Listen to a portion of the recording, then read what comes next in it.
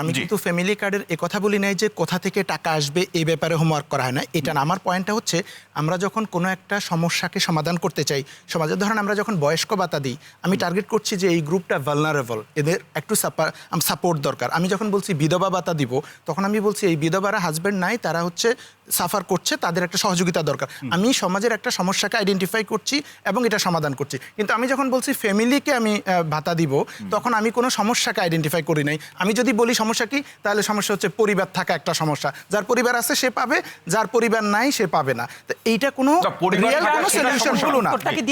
না না, আমি বলে শেষ করে আমি কারো কথার মধ্যে দিয়ে কথা বলি না।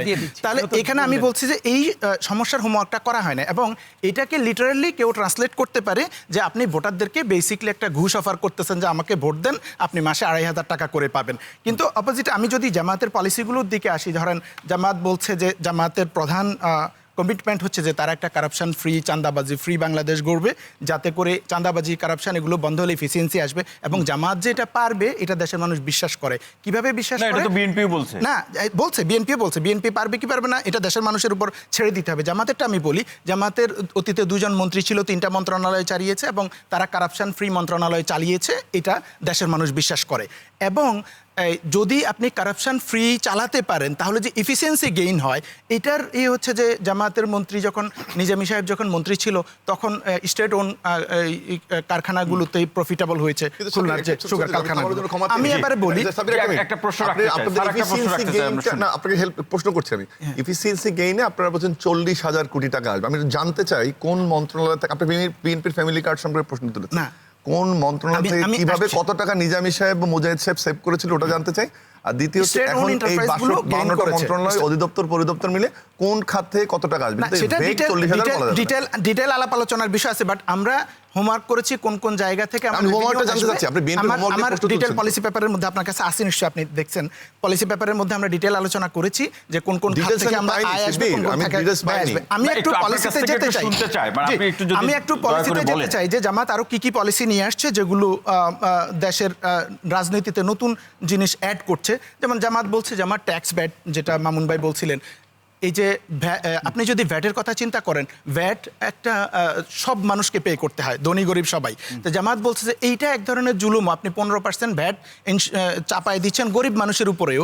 কিন্তু দুনিয়ার আর কোনো দেশে ইনডাইরেক্ট ট্যাক্স এত হাই না, ডিরেক্ট ট্যাক্স দিয়ে হচ্ছে মেইন রেভিনিউটা আসে। বাংলাদেশের গভর্নমেন্টে উল্টো, আমাদের ডিরেক্ট ট্যাক্স কম আসে, কারণ ইনকাম ট্যাক্স ফাঁকি দেয়, আমাদের ইনফরমাল ইকোনমি, নানান লুফলস আছে, আমাদের এনবিআর অত এফিসিয়েন্ট না, নানান কারণ আছে। জামাত এখানে করছে যে জামাত সেই লুফলসগুলো দূর করে ট্যাক্স বেস বাড়াবে এবং ট্যাক্সটা যাতে ইনকাম ট্যাক্সের উপরে কিভাবে করবে আমাকে শেষ করতে দেন, আমি বলি। 3টা খাত থেকে ট্যাক্স বাট আনতে পারেন, রাইট? আপনি তো শিক্ষক, একটা হচ্ছে আয়কর, শুল্ক কর, মূল্য কর। আপনি তো বললে ভালো যে কোথা থেকে তাহলে টাকাটা আনবে। রাইট, এখন বর্তমানে আমাদের মেইন রেভিনিউ সোর্স হচ্ছে ভ্যাট এবং শুল্ক। আমাদের হচ্ছে ইনকাম ট্যাক্স থেকে খুবই কম রেভিনিউ। সেটা তো আপনি কমানোর কথা বলছেন। রাইট, আমি কমানোর কথা বলছি। লং টার্ম গুলো আমাদের এখানে লং টার্ম গুলো হচ্ছে ভ্যাট, লং টার্ম গুলো হচ্ছে 10% আসবে 15 থেকে, এখনই না। লং টার্ম গুলো অর্থাৎ আমরা একটা ইন্ডিকেশন দিচ্ছি যে ধীরে ধীরে আমরা ট্যাক্স বাড়াবো না, ট্যাক্স ধীরে ধীরে কমবে। সো আমাদের টার্গেট হচ্ছে যে বিজনেস ফ্রেন্ডলি হবে, ইনভেস্টমেন্ট ফ্রেন্ডলি হবে এবং ওয়ান স্টপ সার্ভিস থাকবে। এখন একজন মানুষ যদি একটা বিজনেস শুরু করতে চায়, তার 21টা 22টা অধিদপ্তরের স্বাক্ষর নিতে যেতে হয় না, ওয়ান স্টপ করবে এবং এতে করে আমার বিজনেস গ্রো করবে, আমার কর্মসংস্থান বাড়বে, আমার এফিসিয়েন্সি গেন হবে। আমি একটু বলি, কারণ অন্যরা অনেক সময় নিয়েছে, আমি বলি। যেমন জামাত আবার বলেছে যে জামাত কোনো বেকার ভাতা দিবে না, বা জামাত কর্মসংস্থান দিবে। এবং জামাত একটা লোনের কথা বলেছে যে জামাত হচ্ছে ওই বেকারদের, যেমন বিআইডিএস এর সার্ভে বলছে 3 বছরের মতো আমাদের শিক্ষিত বেকাররা বসে থাকতে হয় জব পাওয়ার জন্য। জামাত সে সময়টায় একটা সুদমুক্ত লোন দেওয়ার কথা বলছে, জামাত কোনো বেকার ভাতা দিচ্ছে না। দেখেন বিএনপি বেকার ভাতার কথা নিয়ে আসছে, তো এটা একটা, আমি কেন বলছি যে হোমওয়ার্ক করা ছাড়া আসছে, এই বেকার ভাতাটা যে ফিজিবল না, এই হোমওয়ার্কটুকু বিএনপির ইকোনমিস্টরা করতে পারেন নাই। এখন বেকার ভাতা দিতে গেলে কি প্রবলেম হবে? প্রথমত আপনি আইডেন্টিফাই করতে পারবেন না কে বেকার। তাহলে কি হবে? যারা ওই যে গ্রাজুয়েশন করার পরে 10 বছর ধরে ছাত্র রাজনীতি করতেছে, বেসিকলি বেকার ভাতাটা তাদেরকে সুবিধা দিবে, বসে বসে খাবে। কিন্তু আমি শেষ করি এই জিনিসটা, যে বেকার ভাতাটা আমাদের এখানে আইডেন্টিফাই করতে পারবো না। দ্বিতীয়ত আমাদের ফর্মাল ইকোনমি না, আমি ট্রেস করতে পারবো না কে এমপ্লয়েড কে আনএমপ্লয়েড।